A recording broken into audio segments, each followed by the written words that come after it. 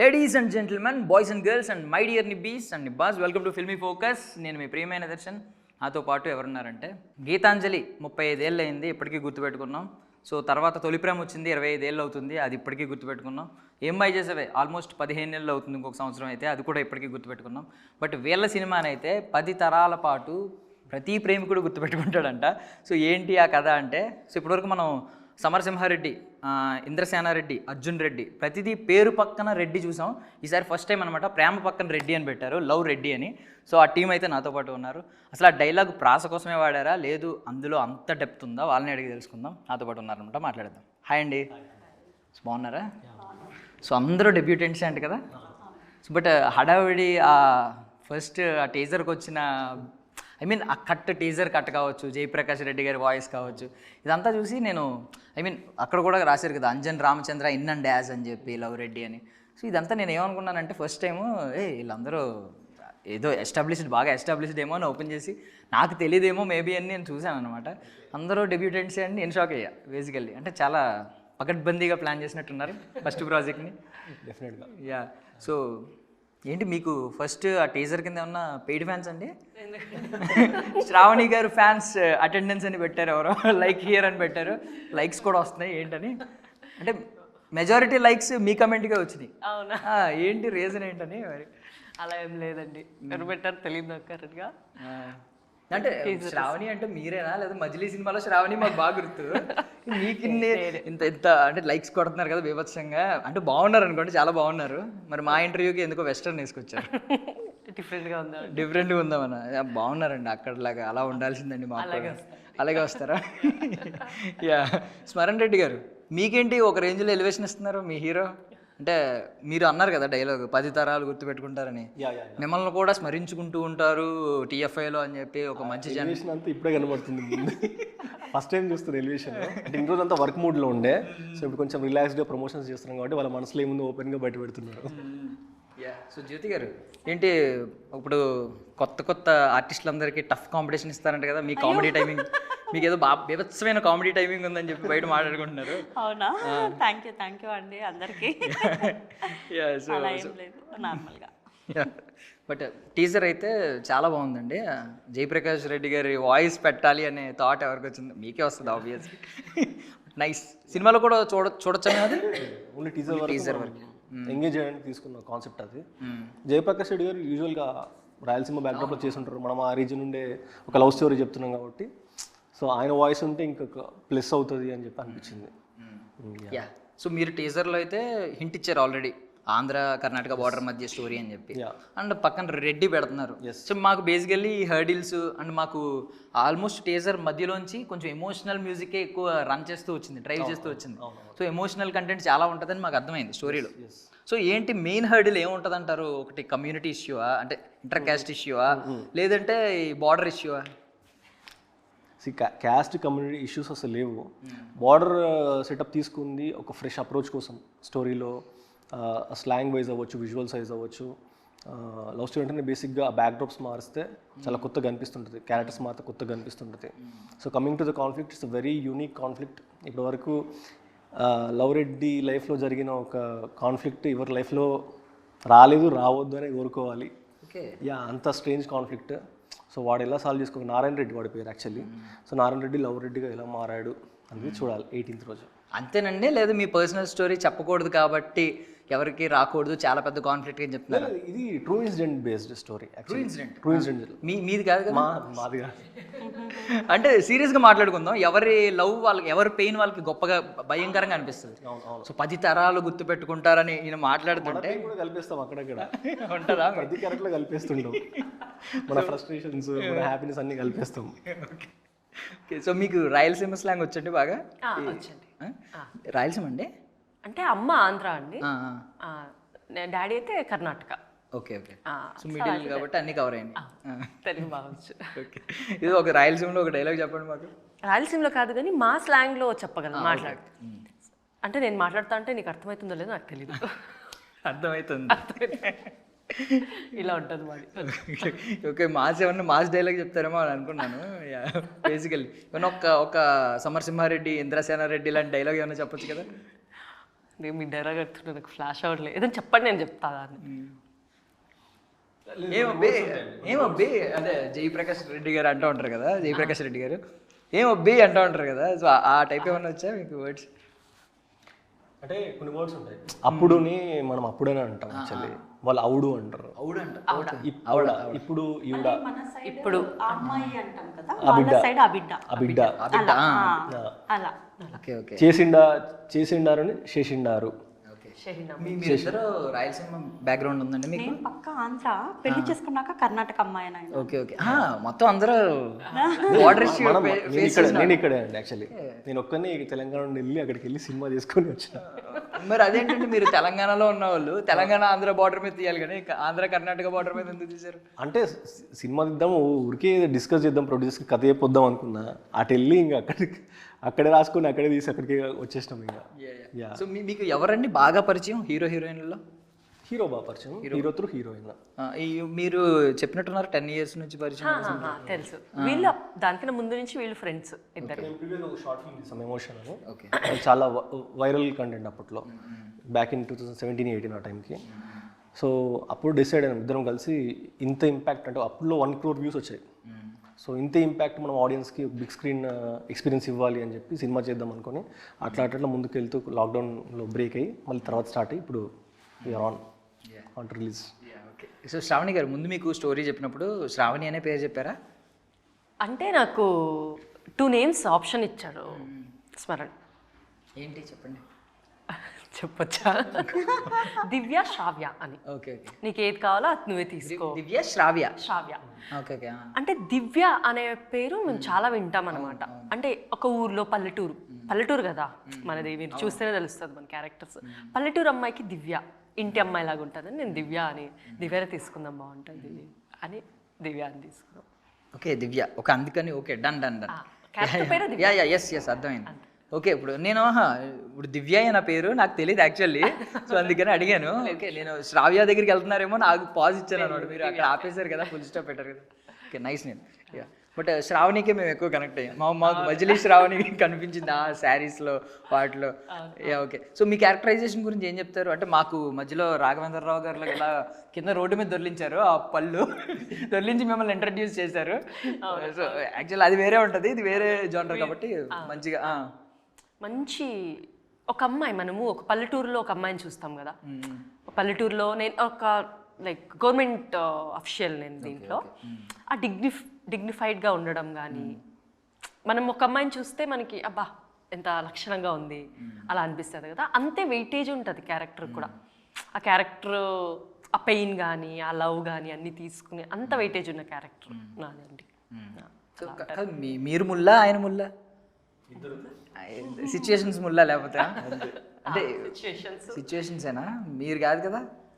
చూద్దాం, 18th చూసేస్తాం కదా. అంటే ఏం లేదు, గవర్నమెంట్ జాబ్ ఉందని ఏమన్నా పొగరు చూపిస్తున్నారేమో డౌట్ వచ్చింది అంతే. ఓకే. జ్యోతి గారు చెప్తారా మీ క్యారెక్టరైజేషన్ గురించి? తప్పకుండా. ఏంటి ఎలా ఉంటుంది? ఫుల్ ఫన్నీగా ఉంటుందండి. నన్ను చూసి పేరేంటండి? నా పేరు అందులో స్వీటీ. స్వీటీ. ఓకే. సో మా హీరో నన్ను అప్పుడప్పుడు కోపంలో స్వీటీ అని లేక చీటీ అని కూడా అంటూ ఉంటాడు. సో అలా స్వీటీ అంటే నా క్యారెక్టర్ నేమ్. అందులో ఒరిజినల్గా జ్యోతి. మీకు బేసికల్లీ సెన్స్ ఆఫ్ హ్యూమర్ ఎక్కువ ఉంటుందండి? అంటే ఇక్కడ మౌనం వహిస్తున్నారు కొంచెం. లేదు, భయం వేస్తుందంటే సింక్ అవ్వలే కదా. ఓకే, పోనీ ఏమన్నా ఇద్దులే జోకులు వేస్తే తీసుకోలేడేమో అనుకుంటున్నారేమో అని. పర్లేదు వేసేయండి. అలా ఏం లేదు. స్టార్ట్ చేస్తే మీరిద్దరు మాట్లాడుకుంటారు, సైలెంట్ ఉండాల్సి వస్తుంది. అలా ఏం లేదండి. నేను అంటే మనకు తెలిసిందే కదా మన ఆంధ్ర అమ్మాయిలు ఎలా మాట్లాడతారు. జస్ట్ అలా అల్లుకుపోవాలా, జస్ట్ అలా మాట్లాడియాలా, ఫుల్ అల్లుక్కొనేస్తారు కదా, అలా నేను అంతే. సో నా క్యారెక్టర్ ఇందులో చాలా బాగుంటుందండి. ఒక 15 to 20 minutes దాకా చూపించాడు మా డైరెక్టర్. సో నన్ను చూసిన ప్రతి ఒక్కరు నవ్వుతూనే ఉంటారు, మళ్ళీ వచ్చింది స్వీటీ అని అంటారు. సో అలా అనమాట, బాగుంటుంది. ఏమన్నా లవ్ ఇంట్రెస్ట్ ఉంటుందా అలాగే ఉన్నా?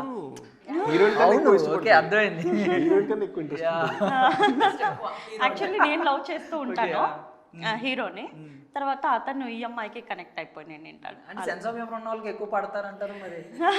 అంటే serious గా మొహం బ్యూటీ కూడా చూస్తారు కదా. అదే క్వశ్చన్ తప్పండి అది. అదే క్వశ్చన్ చేస్తారు కదా సినిమాలో.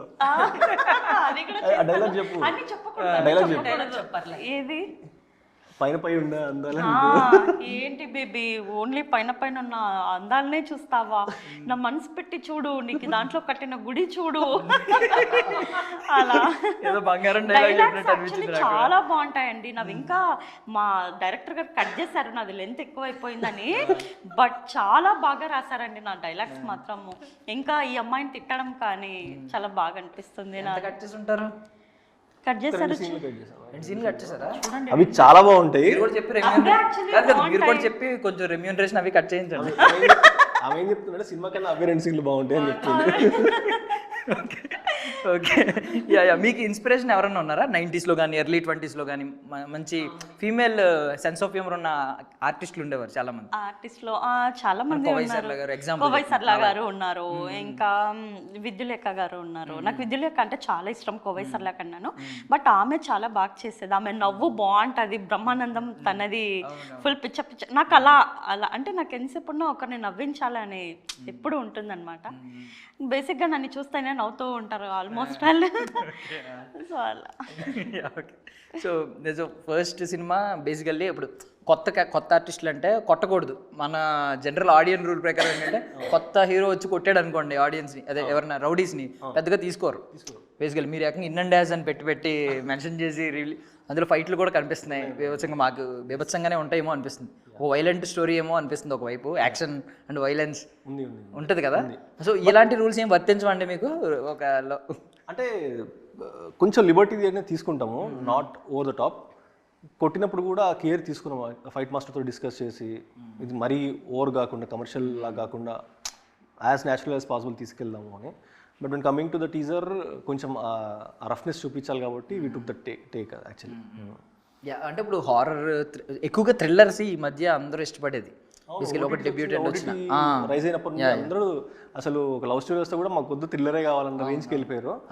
సో యాక్చువల్లీ లాక్డౌన్ టైంలో మేము ఆలోచించుకున్నాం, ఒక సినిమా వచ్చి నిజంగా ఇంట్లో ఇప్పుడు సినిమాలు అందరూ ఎవరి ఫోన్లలో వాళ్ళు చూసుకుంటున్నారు, సపరేట్ నలుగురు ఉన్న ఇంట్లో ఏ దానిలో ఏం కంటెంట్ ఉంటో తెలియదు, అడల్ట్ కంటెంట్ కూడా ఉంది. సో అందరు కలిసి చూసే స్పేస్ లేదు, ఎవరికి వాళ్ళు చూసేసుకుంటున్నారు ఫోన్లో. సో అందరు కలిసి హ్యాపీగా చూడాలంటే ఒక పిక్చర్ అట్లా ఉండాలి అని చెప్పి డిసైడ్ అయ్యి తీసిన ఫిల్మ్ ఇది. కంప్లీట్ ఫ్యామిలీ డ్రామా ఉంటుంది, అన్ని ఎమోషన్స్ ఉంటాయి ప్రాపర్గా. అడల్ట్ కంటెంట్కి అసలు వెళ్ళలేదు సినిమాలో. కంప్లీట్లీ ఏదైతే కోర్ ఎమోషన్ ఉంటుందో రియల్ లైఫ్లో జరిగింది దాన్ని తీసుకొని చేసాం. అంటే ఇప్పుడు ఈ ఒక్క డైలాగ్ గురించి అడుగుతున్నాను సీరియస్గా. అంటే 10 తరాలు గుర్తుపెట్టుకునే కథ అని అన్నారు, అది ఇంటెన్షన్తోనే అన్నారా? జస్ట్ ప్రాస manipulation, that is not at all A trick.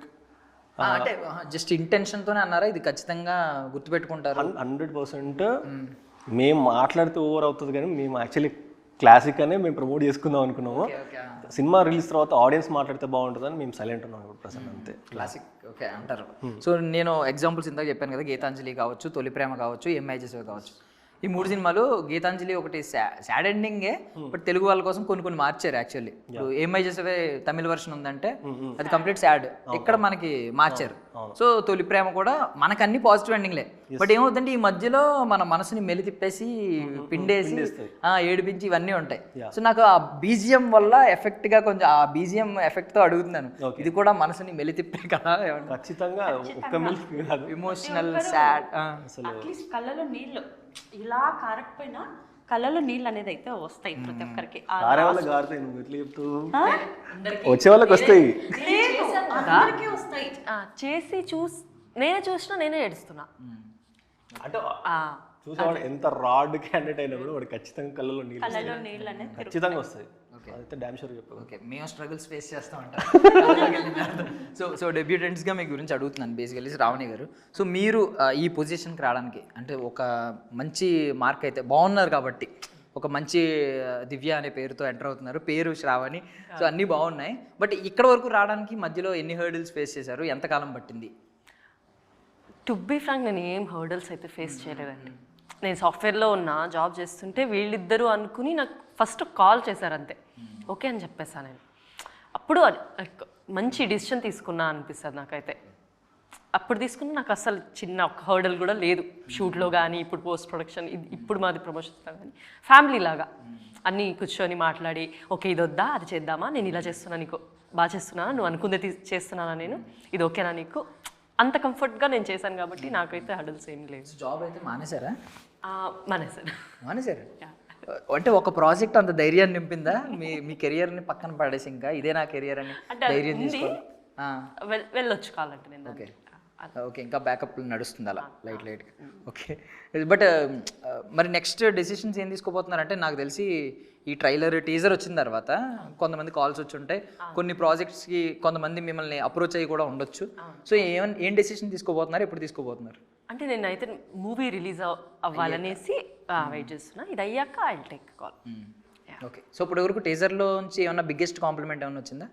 అంటే పక్కింటి అమ్మాయి లాగా కనిపిస్తున్నా మంచిగా. ఎవరు పక్కింట్లో ఉన్నారండి అంత అందమైన అమ్మాయి? నేను వెళ్తాను వాళ్ళ ఇంటికి, చెప్పండి నాకు. పక్కింటి అమ్మాయిని ఎందుకంటారు నాకు అర్థం కాదు. అందమైన అమ్మాయిని కొన్ని బేవర్స్గా తిరిగే అబ్బాయిని పక్కింటి అబ్బాయి అన్నారంటే ఓకే ఒప్పుకోవచ్చు, ప్రతి ఇంట్లో అలాంటి వాళ్ళు ఉంటారు కాబట్టి. అందమైన అమ్మాయిని చూసినప్పుడల్లా పక్కింటి అమ్మాయి ఎందుకంటారు నాకు అర్థం కాదు. ఇప్పటికి రీజన్ చెప్తారు మీరు ఏమన్నా దానికి?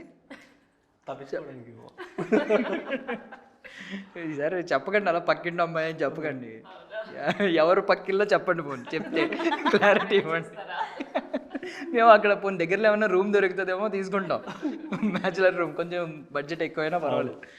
యా ఓకే సో బేసికల్లీ మీరు ఇప్పుడు ఇండస్ట్రీలో గడిపినప్పుడు మీరు ఒక బ్లూ ప్రింట్ని ఎవరో ఒకరు దాన్ని మీకంటూ ఒక ఓన్ ప్రాసెస్ ఉంటుంది, own story telling narration skills ఉంటాయి, ఒక ప్రాసెస్ ఉంటుంది. బట్ ఏంటంటే మిమ్మల్ని ఇన్స్పైర్ చేసే కొంచెం స్టోరీస్ కొంతమంది ఉంటాయి, లైక్ మణిరత్నం గారిది కావచ్చు, కొంతమంది ఈ లవ్ స్టోరీ కాబట్టి బేసికల్లీ అలా అడుగుతున్నాను. సో మిమ్మల్ని ఎవరు బాగా ఇన్స్పైర్ చేస్తారు? సుకుమార్ గారు.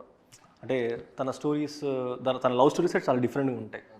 యా సో అంత వర్సటైలిటీ లవ్ స్టోరీస్లో అంటే ఫర్ ద ఫస్ట్ టైం నేను చూసింది సుకుమార్ గారిలో. అప్పటి వరకు స్ట్రైట్ హిట్టింగ్లో ఉండేవి, అక్కడ నుండి కొంచెం టర్న్ అయినాయి. సో డిఫరెంట్ వేరియేషన్స్లో కూడా లవ్ స్టోరీ చెప్పొచ్చు అని. సో నేను చూసిన దానిలో ఇన్స్పైర్డ్ పర్సన్ అంటే అతనే. యా డైలాగ్స్ ఇంపాక్ట్ అక్కడ నుంచి వచ్చింది అనమాట. డైలాగ్స్ కూడా of course as a whole. Yeah ఈ బానే ఎక్స్ట్రాలో మరి ఎందుకు వచ్చినాయండి మధ్యలో? అంటే సుకుమార్ గారు టెలింగ్లు ఇవి ఉండవు కదా. ఎంత కంటెంట్లో ఉన్నా కూడా కొన్నిసార్లు మనం బయట మీమ్ కంటెంట్ ఏం జరుగుతుంది, ఇన్స్టా కంటెంట్ ఏం జరుగుతుంది అన్ని చూసుకొని అప్డేటెడ్లో ఉన్న మన ఫీలింగ్ ఉండాలి. లేదంటే వీళ్ళు ఎప్పుడో రా అనిపిస్తుంది.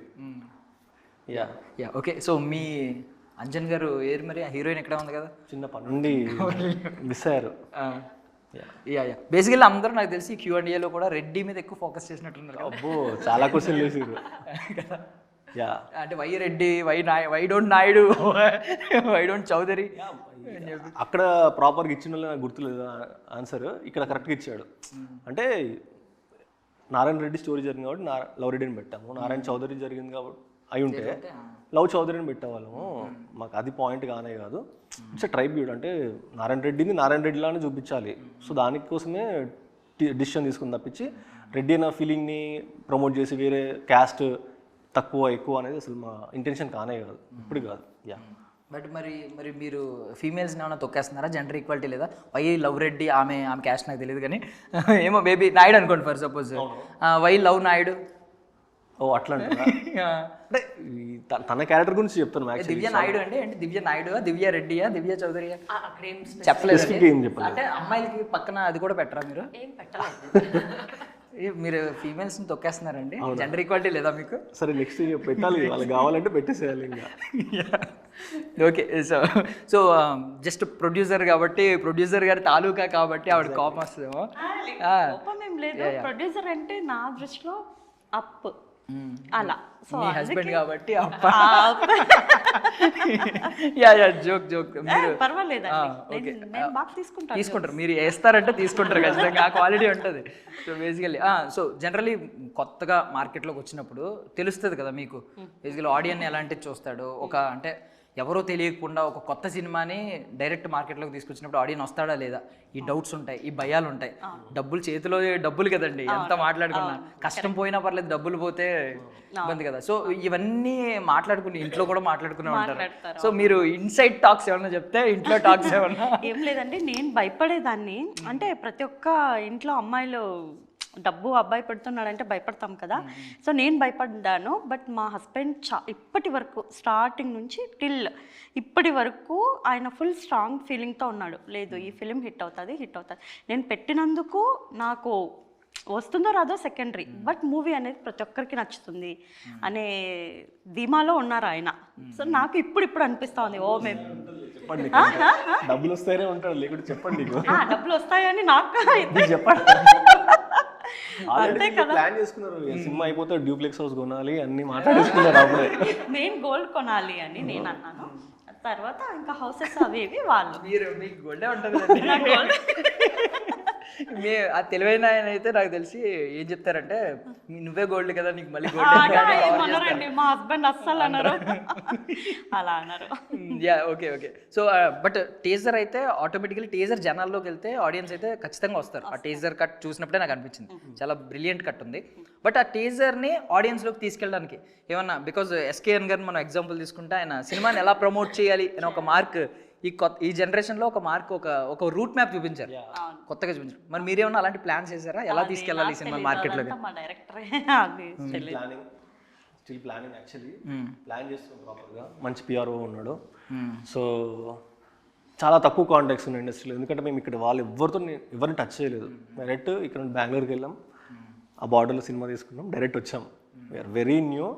ఇప్పుడు చూడాలి ఏం జరుగుతుంది ఏంటి అని. బట్ ఆ నర్వస్నెస్ అయితే ఉంది, పబ్లిక్ ఎలా రీచ్ చేయాలి, that is the most toughest part కదా. సినిమా చేయడం ఈజీ, రిలీజ్ చేయడం కష్టం అంటారు. That is true. Cinema release చేయడం కన్నా ప్రమోట్ చేయడం ఇంకా కష్టం. అంటే సినిమా రావచ్చు రాకపోవచ్చు, బట్ ఒక సినిమా ఉందని తెలియడం అనేది most important point. So media has to support. Music డైరెక్టర్ని అడగాల్సింది, ఆయన మేం ఫేమస్ సినిమాకి చేశాడు కదా, అది ఏమీ లేకుండా వాళ్ళు ప్రమోట్ చేసుకున్నారు ఒక డిఫరెంట్ కాన్సెప్ట్. తను ఒకటే సాంగ్ ఇచ్చాడు సినిమాలో, మిగతా 3 సాంగ్స్ ప్రిన్స్ హెన్రీ ఇచ్చాడు. Okay, best album of the year నేనైతే అది డామ్ షూర్ చెప్తా.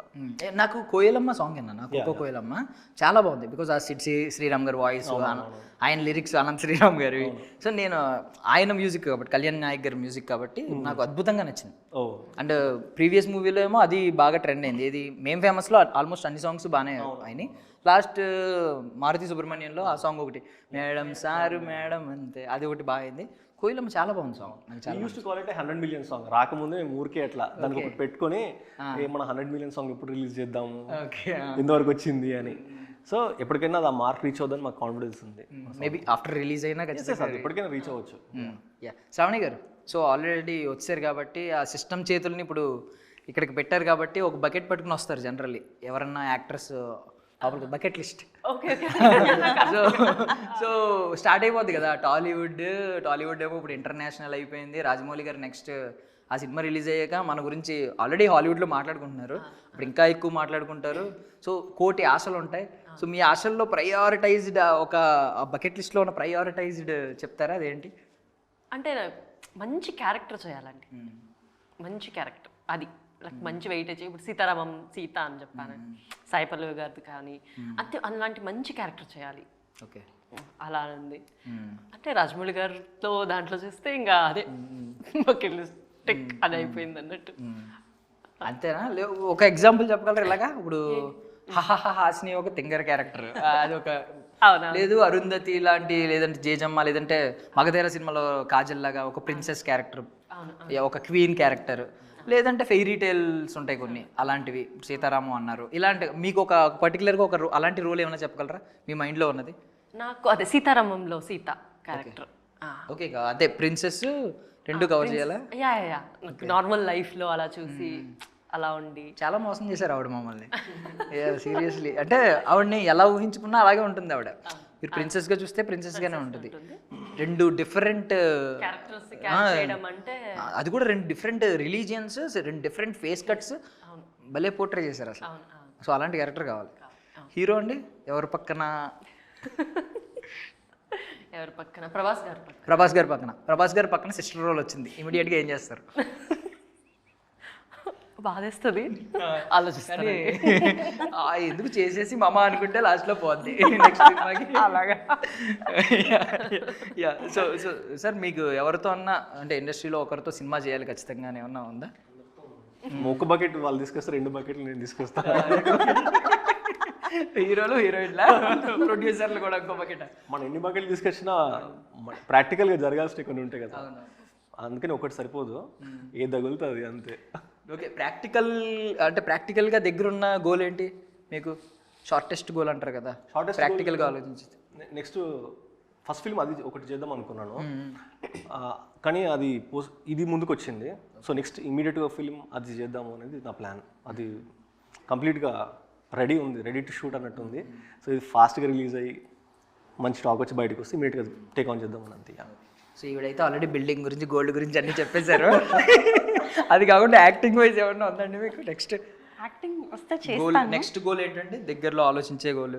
అవి గోల్ ఉంది కానీ ఇప్పుడు చెప్ప ఇంకా బాగా లీక్ చేసేసారు, చెప్పండి. బిగ్ బాస్కి వెళ్ళాలి. ఓకే, మీ కామెడీ టైమింగ్ చూసాక గోల్స్ ఏం లేవు మీకు అంతే. ఓకే, మీలాంటి వాళ్ళు బిగ్ బాస్ కావాలండి, ఎందుకంటే కొన్ని సీజన్స్లో మాకు అంత ఎంటర్టైనర్స్ కనిపించట్లేదు. కనిపించారు, అందుకని నేను అదే అనుకుంటున్నాను. సో నేనైతే అక్కడ మంచిగా ఎంటర్టైన్మెంట్ ఇస్తాను అని. వెళ్ళి బిగ్ బాస్ లేపుతుంది. ఓకే, బట్ ఏమన్నా నెక్స్ట్ ప్రాజెక్ట్లు ఏమైనా ఉంటే సైన్ చేయించేసుకోండి. సినిమా టార్గెటే బిగ్ బాస్కి వెళ్ళడం. ఓకే, బట్ తర్వాత ఎలాగో ఖచ్చితంగా చేస్తారు కాబట్టి ఏమన్నా ఒకవేళ 2-3 చేయాలనుకుంటున్నారు అనుకో, ముందు సైన్ చేయించుకోండి, రెమ్యూనరేషన్ పెంచేస్తారు వెళ్ళొచ్చిన తర్వాత. అది అడిగిన మా స్మరణ అడిగితే నేను చేస్తానండి, ఏ రోల్ అడిగినా చేస్తాను.